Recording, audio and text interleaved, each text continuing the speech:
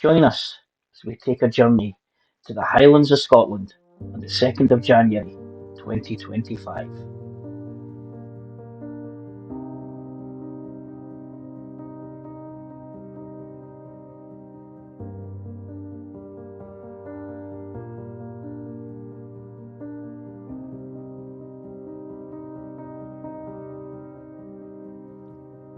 Less than 2 hours' drive from Glasgow lies Rannoch Moor, an expanse of rugged moorland and said to be one of the last great wildernesses of Europe.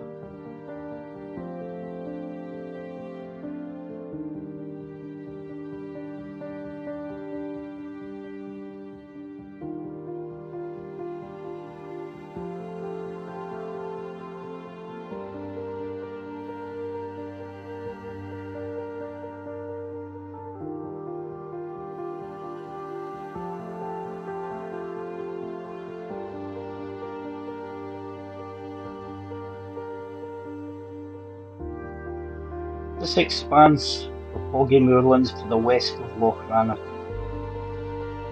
extends into westerly Perth and Kinross.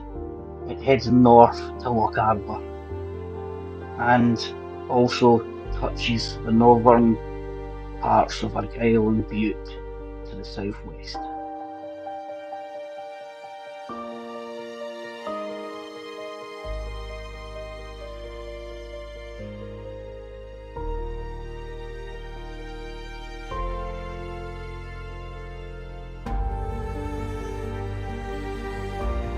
The 50 square miles or so of Rannoch Moor is said to be one of the last great wildernesses left in Europe.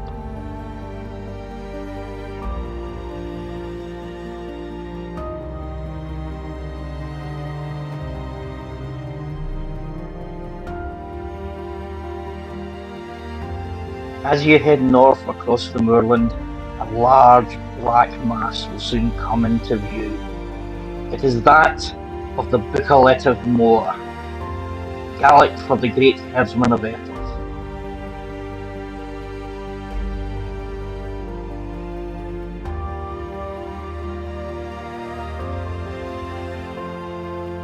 This mountain standing guard over the moor at 3,351 feet might not be one of the highest mountains in Scotland, but it is most certainly one of the most iconic.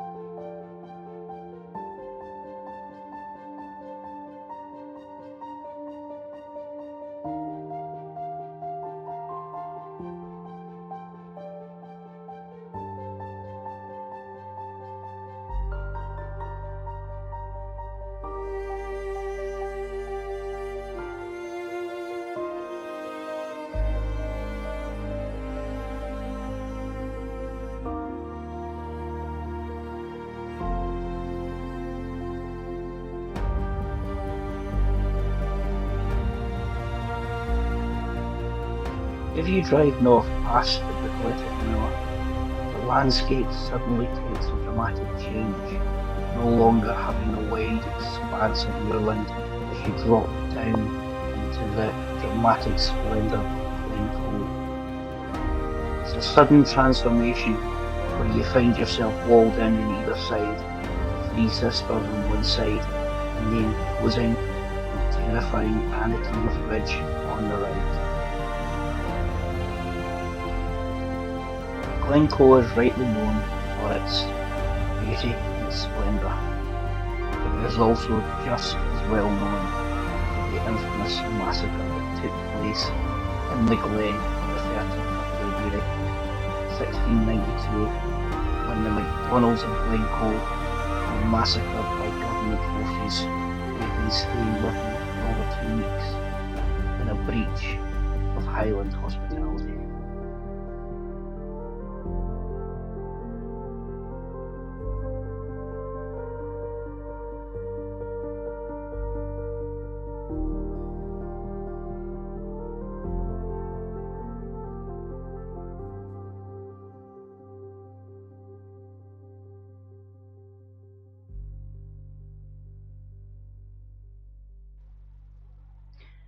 We head back south for a time before heading west along Loch Dochart to find the hidden beauty that is St Conan's Kirk.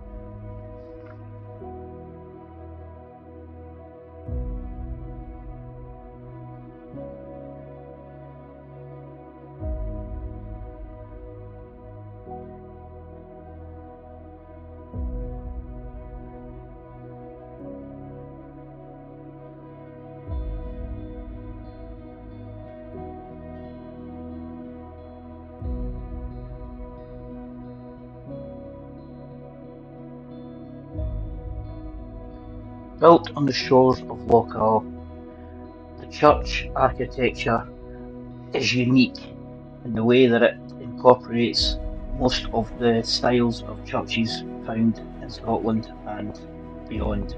Norman doorways, Gothic flying buttresses, Celtic crosses, arts and crafts designs, Saxon tower, and even a stone circle. This is an absolute gem of a building and with so much to see.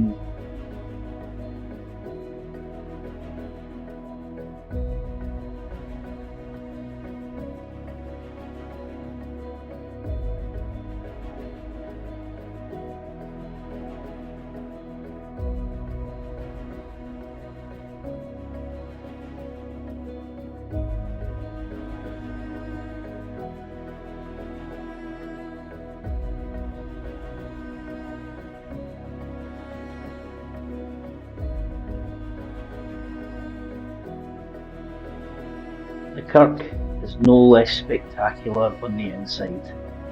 As you walk into its wide open areas, its spectacular altars, organs, and continuation of the buttresses and arches and stained glass windows on the inside. There is also 3 chapels inside, one dedicated to St Colvin, the other to St Bride, and one to King Robert the Bruce himself.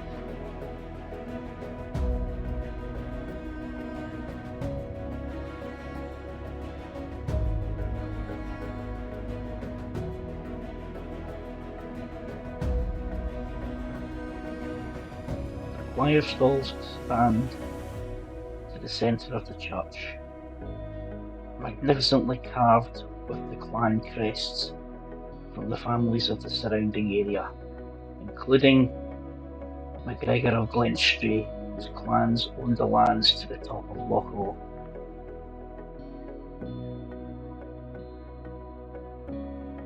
The Bruce Chapel pays tribute to King Robert and the good Sir James Douglas, and to the fact that it was on the hillside above the kirk that the King dispatched his famous outflanking manoeuvre under the Earl of Douglas, which inflicted such a devastating defeat upon the forces of John of Lorne and his clansmen in the Pass of Brander.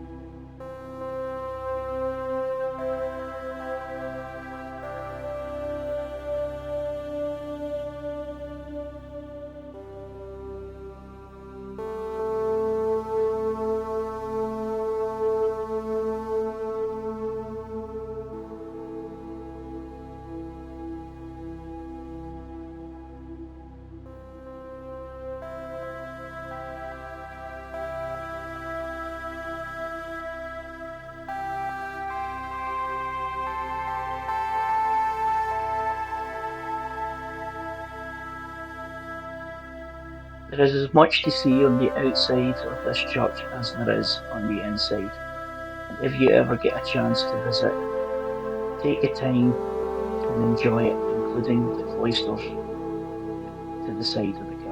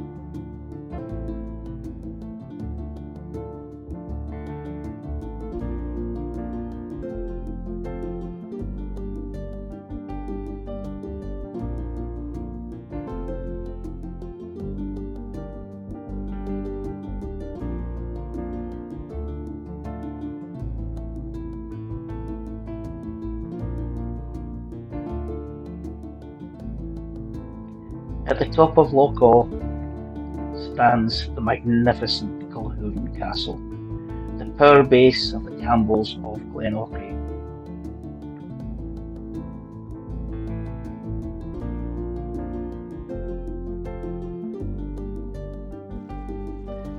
The castle would remain the clan's seat of power for the next 150 years.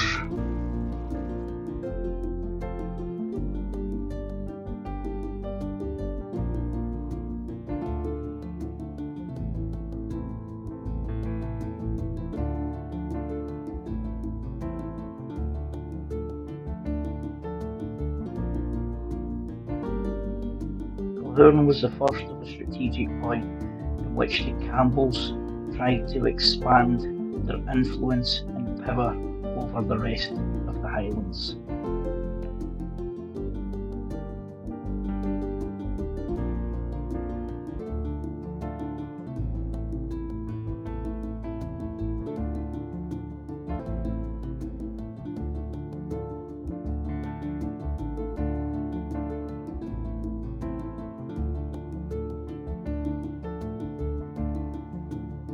The ruins of the castle now sit at the head of the loch, a silent reminder to days gone by and the turmoil and strife that would plague the Highlands throughout the centuries as clan tried to gain advantage over other clan, either by political means or by the sword.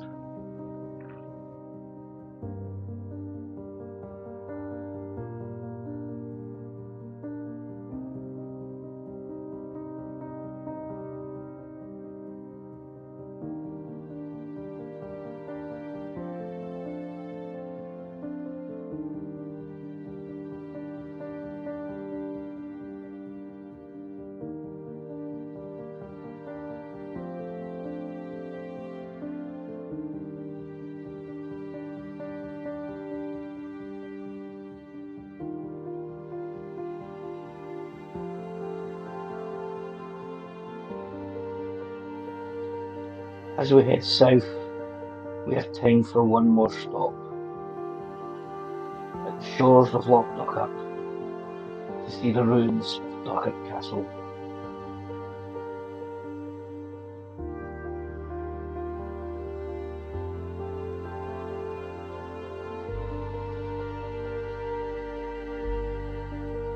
Before there was a castle, the site was believed to have been used as a holy residence. It's also believed to be the island where Robert the Bruce hid from his enemies after the Battle of the Rye.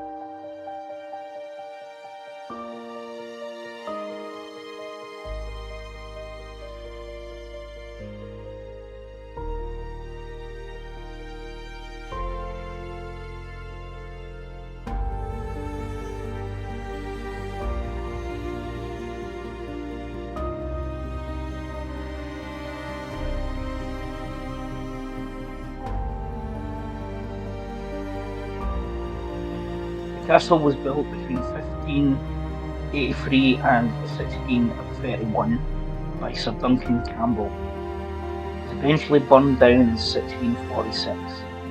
The ruins of the castle were often said to have been used by the outlaw chief Rob Roy MacGregor after his many raids on his enemies.